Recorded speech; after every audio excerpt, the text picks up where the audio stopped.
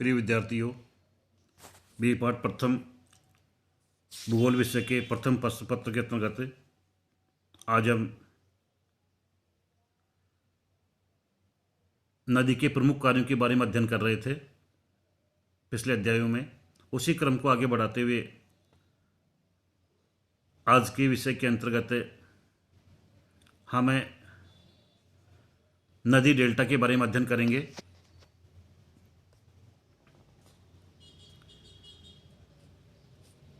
नदी द्वारा निर्मित रचनात्मक स्थल रूपों में डेल्टा का सर्वाधिक महत्व है। प्रत्येक नदी जब सागर या झील में गिरती है तो उसके प्रवाह में अवरोध एवं वेग में निहायत कमी के कारण नदी के मलबा का निक्षेपण होने लगता है, जिससे एक विशेष प्रकार के स्थल रूप का निर्माण होता है। इस स्थल रूप को डेल्टा कहा जाता है। इस डेल्टा का निर्माण ग्रीक अक्षर डेल्टा अर्थात त्रिभुजाकार के आधार पर किया गया है, क्योंकि इस रचनात्मक स्थल रूप का आकार प्राय त्रिभुज अक्षर से मिलता जुलता है। सर्वप्रथम डेल्टा शब्द का प्रयोग नील नदी के मुहाने पर हुए निक्षेपात्मक स्थल रूप के लिए हेरोडोटस द्वारा किया गया था। बाद में सभी नदियों के मुहाने पर निक्षेप द्वारा निर्मित स्थल रूपों के लिए डेल्टा शब्द का प्रयोग किया जाने लगा। छोटे या बड़े आकार में प्राय प्रत्येक नदी डेल्टा का निर्माण करती है। कभी कभी डेल्टा का विस्तार बहुत अधिक होता है तथा यह कई हजारों वर्ग किलोमीटर में फैला हुआ होता है। इसके विपरीत कुछ नदियों का डेल्टा निहायत छोटा होता है। डेल्टा का जमाव तथा छोटा बड़ा होना कई बातों पर आधारित होता है। इसका डेल्टा के आकार में भी अंतर होता है। कुछ धनुषाकार या चापाकार होते हैं तो कुछ पक्षियों के पैरों की समान होते हैं। कुछ अधिक लंबे तथा संकरे होते हैं तो कुछ अधिक चौड़े होते हैं। डेल्टा नदी के अंतिम भाग का वह समतल मैदान होता है जिसका ढाल सागर की ओर होता है। डेल्टा निर्माण के लिए आवश्यक दशाएं कौन कौन सी होती हैं? डेल्टा के निक्षेप के लिए उचित स्थान का होना आवश्यक है, अर्थात नदी यदि झील या सागर में गिरती हो तो सभी अन्य परिस्थितियों के वर्तमान रहने पर डेल्टा का निर्माण होता है।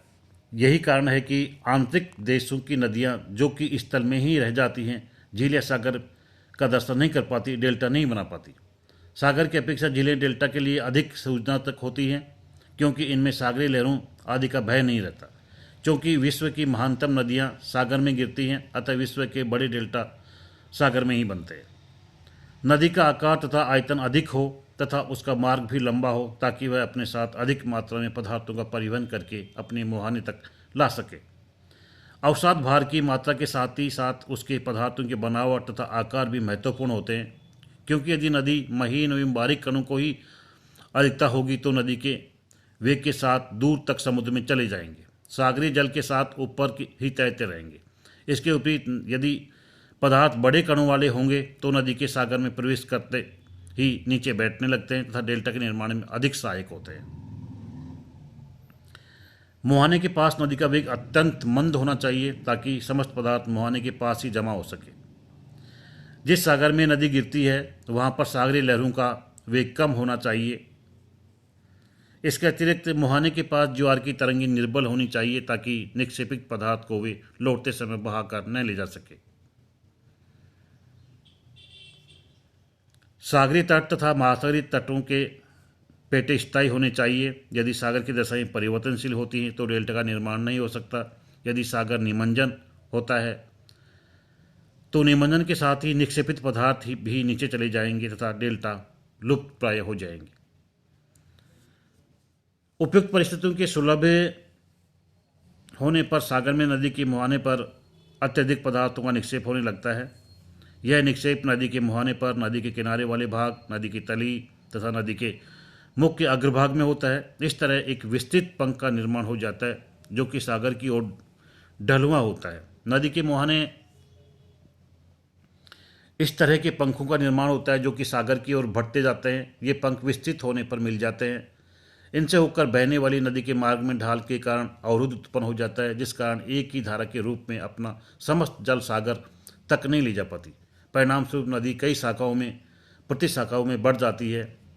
इस क्रिया को नदी का द्विशाखन कहते हैं। इस क्रिया की पुनरावृत्ति के कारण नदियों कई जलधाराओं में बढ़ जाती है।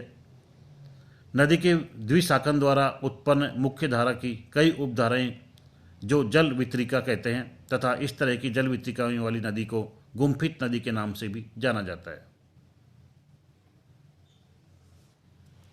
डेल्टा के साथ पदार्थों के निक्षेपण एक निश्चित प्रक्रिया के अनुसार होता है। बड़े बड़े कण स्थल के पास होते हैं तब महीन कण सागर की ओर होते हैं। जैसे जैसे सागर की ओर बढ़ते जाते हैं बारीक कणों की अधिकता होती जाती है तथा जहाँ तक कि अधिक दूर जाने पर महीन कण जल पर ही तैरते हैं। डेल्टा के मुख्य रूप से 3 स्तर बनाए जाते हैं। भारी कणों वाले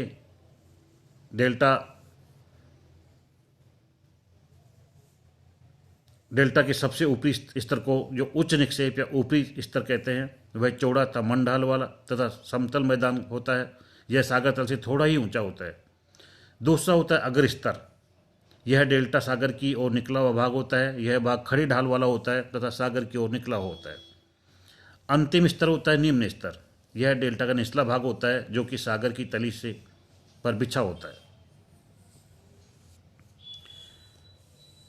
डेल्टा पर नदी के निक्षेपण के आधार पर डेल्टाओं का कई भागों में वर्गीकरण किया गया है। उनमें से मुख्य भाग हैं चापाकार डेल्टा, पंजाकार डेल्टा, ज्वारनदमुखी डेल्टा, रुंडित डेल्टा, पालयुक्त डेल्टा, विस्तार के अनुसार वर्धमान डेल्टा व अवरोधित डेल्टा। चापाकार डेल्टा इस प्रकार के डेल्टा का आकार वृत्त के चाप या धनुष के समान होता है। इसी से इसे धनवाकार डेल्टा भी कहा जाता है। इसका विस्तार मध्य में सर्वाधिक होता है तथा दोनों किनारों की ओर यह कम होता जाता है। चापाकार डेल्टा का निर्माण उस समय होता है जब नदी की मुख्य धारा द्वारा पदार्थों का निक्षेप बीच में अधिक हो ताकि बीच का भाग निकला रहे एवं किनारे के भाग संकरे हो। इस तरह की आकृति निश्चय ही एक धनुष के आकार का या पंख के आकार के समान होती है जिसका आकार अर्धवृत्ताकार होता है।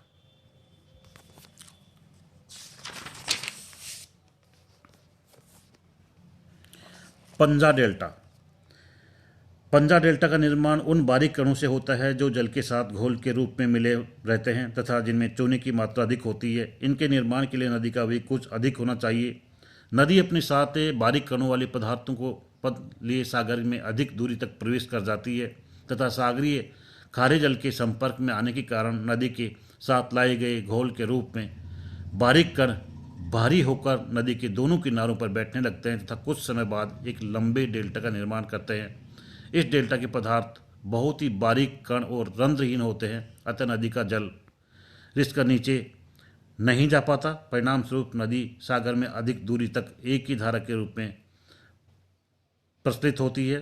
अतः अंत में कुछ विभाग भी हो जाते हैं परंतु विचित्र तथ्य यह है कि प्रमुख धारा की शाखाएं भी लंबाई में ही अपने दोनों किनारों पर बारीकी से कणों का निर्माण या निक्षेपण करती रहती है। इस प्रकार से बनने वाले डेल्टाओं को पंजाकार डेल्टा के नाम से संबोधित किया गया है। ज्वार नदमुख डेल्टा